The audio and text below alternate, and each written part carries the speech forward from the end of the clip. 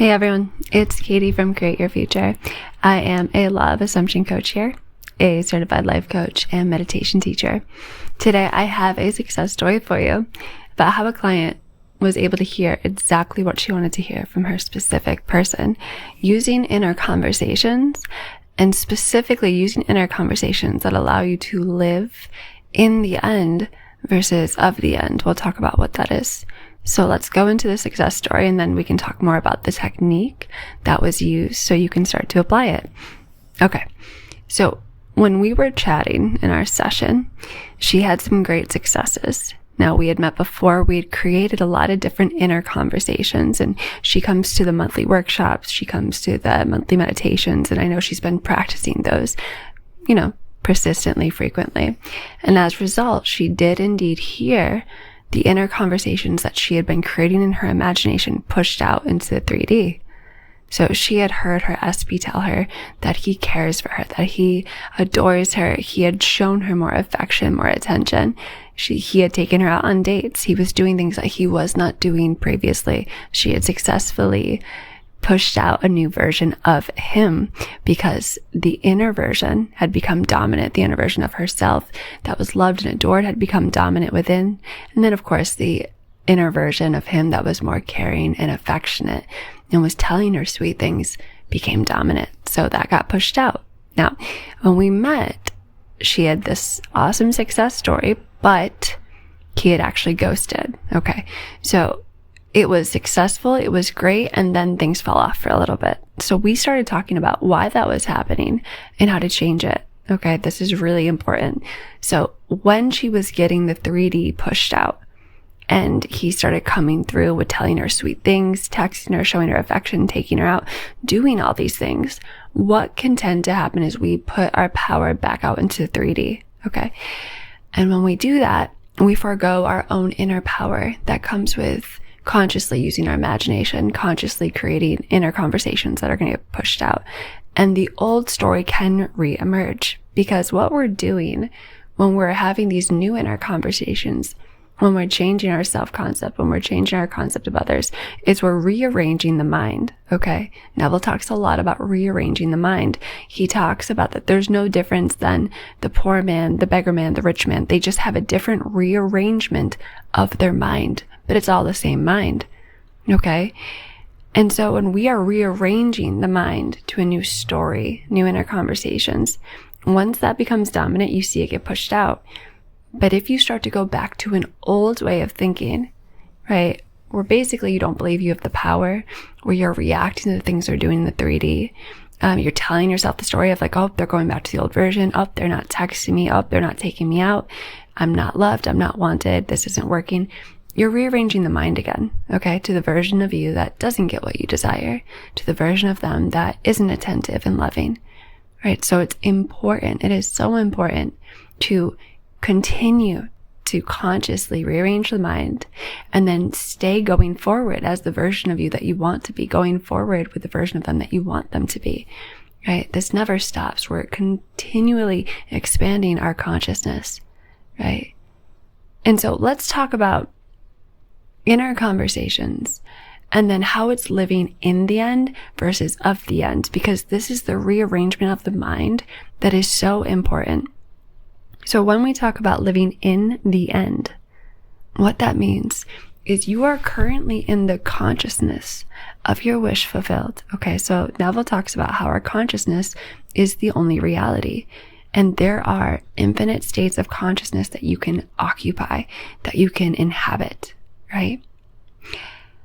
To live in the end of a state of consciousness that is the wish fulfilled is to not think of the thing, but to think as the thing, to think as the version of yourself that is loved, to think as the version of your specific person that loves you.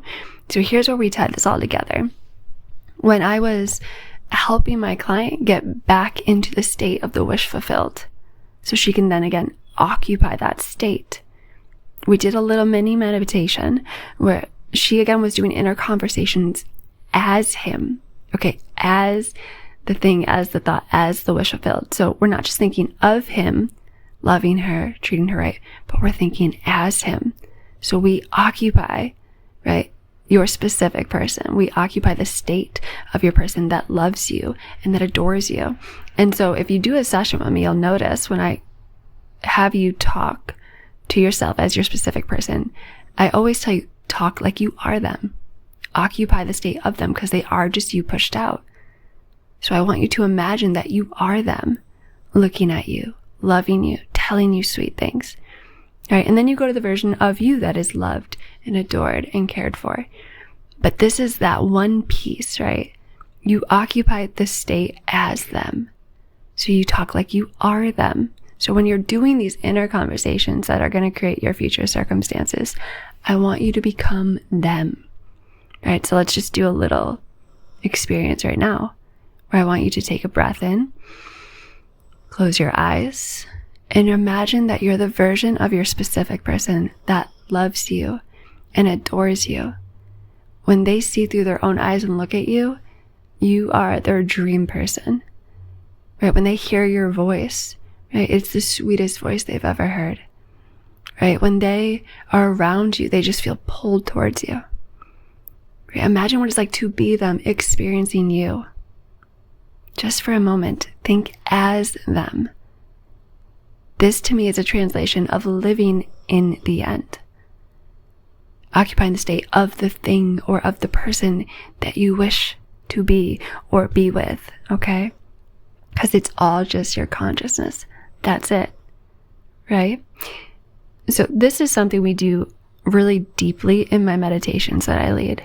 Because I want you to get so comfortable occupying the state of your specific person that loves you and adores you that it feels natural, that you can just assume it, right? It becomes so dominant, it's just assumed. And that's going to help you inhabit that state so easily.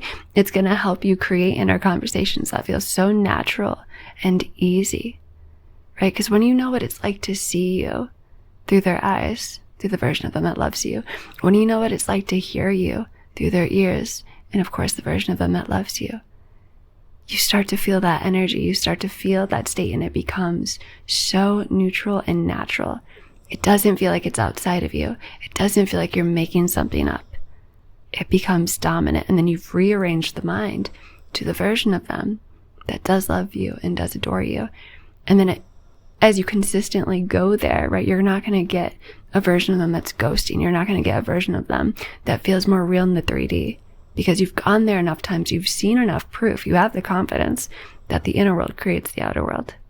But there's something so magical to really occupying the state of your specific person, to really occupying the state of anyone or anything, right? You can do this with money. You can occupy the consciousness of wealth. You can occupy the consciousness of health. You can occupy the consciousness of beauty, right? You can occupy the consciousness of freedom, bliss. I mean, anything, everything. And when you continually occupy that state and it becomes dominant, right? Because life is just a state of consciousness, it's going to get pushed out. But yes, you do have to consciously keep going there, and then knowing that it's going to evolve and change. So let's do some inner conversations to help you occupy the state of your specific person, so you really feel as them and the version of them that loves you and adores you and is here for you. And when that becomes natural and normal and dominant, it's going to get pushed out.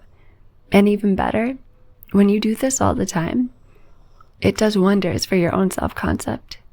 It does wonders for your own well-being, to feel how much they love you, to feel how much they adore you, to feel just that state of bliss of union with your person. So I can't recommend it more than just do it all the time. Anytime you're needing that confirmation, anytime you want to feel loved or adored, occupy the state of them that does love you, that adores you. Feel that to be real, and it'll feel real the more you do it. So you persist, okay? Once the mind rearranges, it feels so natural. So if it feels weird at first, no worries, just persist. It will become natural. So again, occupy the state of them that loves you, that adores you. Imagine them as half your body, or imagine them holding you. But imagine their consciousness that is just so in love with you, so happy to be with you. so mesmerized by you. And what would they say to you from this place? They might say, I look forward to seeing you every day. I love getting texts on my phone from you. I love reaching out to you. I love planning dates for us. I love knowing that I'm going to see you every single day.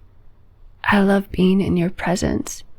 You are everything I could ever want and so much more. I'm so lucky to be with you. I'm so lucky to be around you.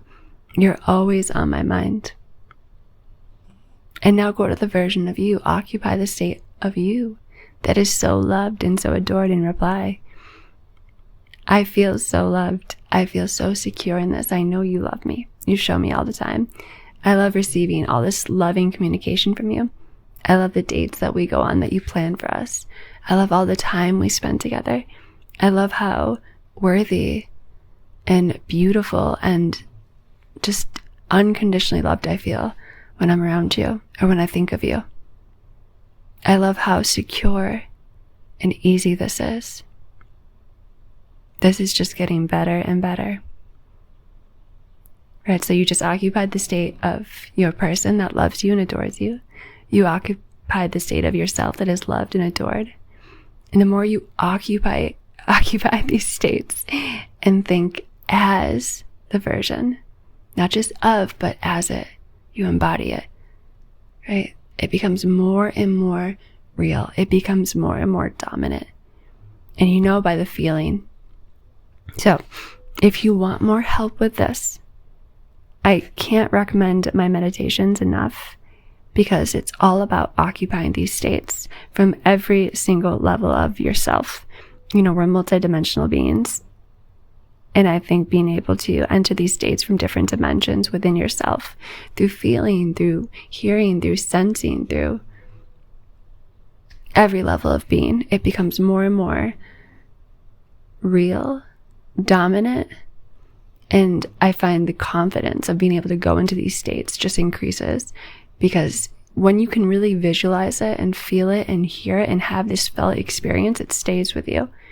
And the next time you go to access it, it's just so much easier to go in, right? And then to be honest, you don't even need the 3D to reflect it because you have it within. But then at that point, of course, it does get projected out. Okay. My workshops are great for clearing blocks on this. If you felt blocked at all during this, or if you feel blocked, even like trying to enter the state of your person, I know at first it can be there can be resistance, right? It can be hard to enter into the state of the version of your person that loves you, especially if you don't know what that's like, right? So I recommend my workshops for that. That's where we really get rid of the old nature, get past the block, so it's easier to imagine a version of them that does love you, that cares about you. And then, of course, if you want to do a more personalized session, come do a one-on-one with me, okay? So thank you for watching. I intend this was helpful, and I intend you all start living in the end as your person. Give it a try. All right, I will see you in the next one.